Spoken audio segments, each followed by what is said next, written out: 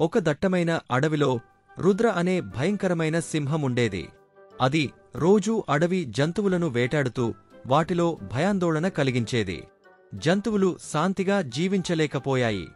సింహం నిర్దాక్షిణ్యంగా వేటాడటాన్ని ఆపేందుకు జంతువులు ఒక ఎత్తుగడ వేశారు. ప్రతిరోజూ ఒక జంతువును సింహానికి అర్పించాలని నిర్ణయించాయి.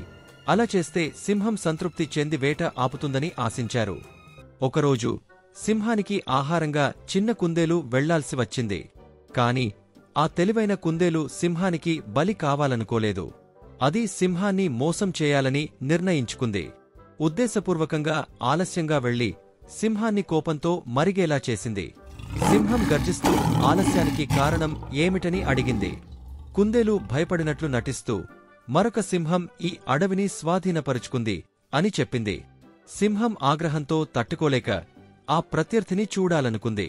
కుందేలు సింహాన్ని ఒక లోతైన బావి వద్దకు తీసుకెళ్లి, ఇదిగో అక్కడే ఆ సింహముంది అని నీళ్లలో కనిపిస్తున్న సింహం ప్రతిబింబాన్ని చూపించింది. ఆగ్రహంతో మూర్ఖంగా మారిన సింహం ప్రత్యర్థిని హతమార్చేందుకు బావిలోకి దూకింది. కాని అది లోతైన నీళ్లలో పడిపోయి పైకి రాలేకపోయింది. కుందేలు గర్వంగా గెంతుతూ అక్కడినుంచి పారిపోయింది. మిగిలిన జంతువులు సంతోషంతో ఒకరినొకరు హత్తుకుని ఆనందంగా నృత్యం చేశాయి.